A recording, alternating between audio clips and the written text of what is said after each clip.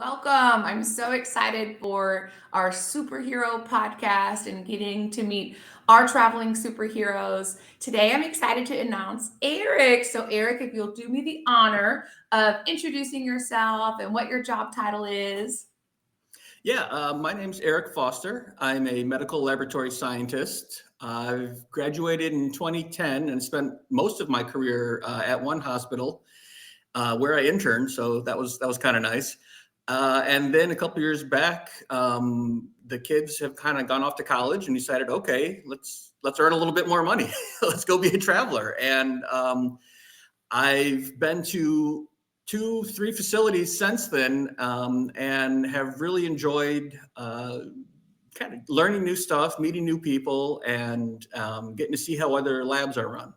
Awesome. I mean, congrats on college and that next steps. I'm still in kind of the littles phase. So, Okay. yeah, we're still packing lunches. So, how's it on the other side?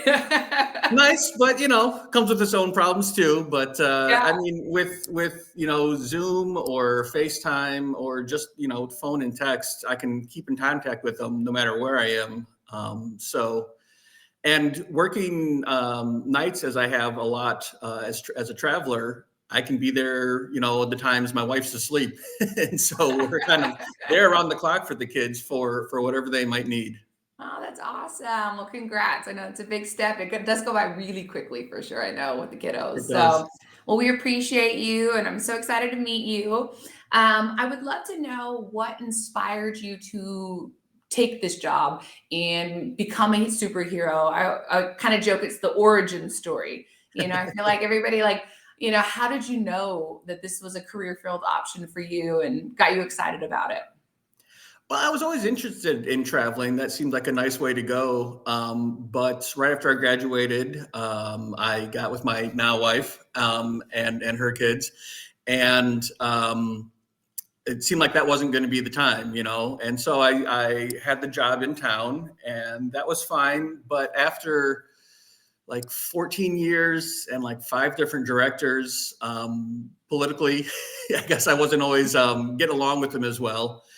And so in the fall of 23, I said, all right, let's try something new.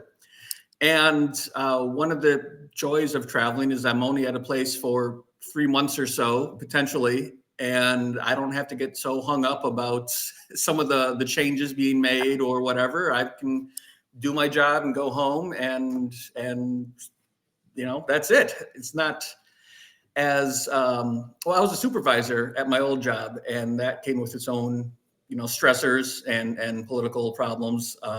But now I'm kind of just off and doing my thing, and I'm getting to see the world. I'm currently in Arizona, and kitty corner to California and Mexico. I was in Kansas City, which is bordered. Well, it's Kansas on one side, Missouri on the other. So I mean, I've really gotten to kind of see the world, explore things, visit my kids while they've been at college. Awesome. And so, yeah, it's really just kind of opened up a lot of opportunities for me that I wasn't going to have if I just stayed at the hospital at home. I would say that's kind of an unexpected perk. When you're off, you're off. It's not like PTO where you're still checking the emails and do they need anything? Like when you wrap up an assignment, it's on to the next. And I think there's got Yeah. to be, as a recruiter for 20 something years, I don't even know what that's like, but that has to be kind of a neat feeling to be, okay, I'm off, enjoy whatever time it is and on to the next. And like you said, you get to be the hero and maybe sometimes the fun drama that gets to come with it. So how did you even know to go to school for med lab though? Like, I always kind of compare, I'd never really experienced a lot of healthcare. I would say it's probably lucky. I feel like a lot of people have kind of a story of how they experience healthcare, but how did you even know to go to school for that? Well, I went through and got a microbiology degree and never heard of lab teching, even though there was a degree at that campus at Northern Illinois University for it. And after I got that, I realized I couldn't do a whole heck of a lot with it right out of school. But my step aunt, she'd been a lab tech for the entire time I knew her, and it didn't really register with me until after I got my degree. And also, a friend of my dad's from church was the director at a lab at a different hospital in town. And I thought this is a good way for me to use my love of science without necessarily having to be right up there with the patients. And so I went back to school and got the degree in 2 years because I already had most of the prereqs and stuff that I needed.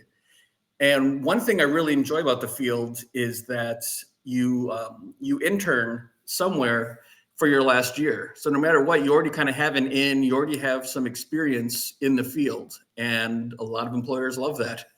Yeah. So yeah, it wasn't a career I knew much about originally until I looked around and said, I can't do anything with the degree I have. Oh, that's awesome. Well, now I want to also ask you, like, you are a superhero, right? You're making a difference to so many. And so, is there a story within the regulations that you really knew you made a difference to somebody? Kind of that, I always feel like some days are hard days, and you need the story that you probably lean on of like, I'm making a difference. I'm helping others, and this is my passion. Do you have a story like that? I do. There was um, a younger lady who was in some major car accidents, and they brought her in middle of the night. I was working overnights, and she needed a massive transfusion protocol, which is just 4 units of blood, 4 units of plasma, and a unit of platelets every other time, and it's just constantly give, give, give. It was a massive transfusion problem, and at the time it was pretty harrowing, but we got through it, and I went home and I was like, okay, good deal. And then I don't know, half a year, 9 months later, I saw that she was back in our labor and delivery department. So not only had we saved her, but she was able to go on and bring another life into the world. And so that hit me. It was kind of like a delayed reaction too. Like I was happy she survived the night, and then I didn't really think too much of it. I didn't want to keep on going back into her chart, but the fact that we saw her later and that she was delivering was real touching, real special. Oh, that is so, and that's what like I feel like for us as a team on our side, like we want to find the right positions, but like you guys are making this difference to so many, and we are so proud to work with you. We're honored. I think obviously we're biased. Our travelers are the best ever. But we just want to say a big thank you. And that is why we want to have you on the Superhero Podcast. You are, I feel like our healthcare professionals don't get enough thank yous in today's world. And if anybody can do it, you're going to hear it from us. And just thank you for your everyday. Is a lot of people, that was a really hard day for her, right? And Yeah. that's your everyday, and you're doing that, and to continue to serve others.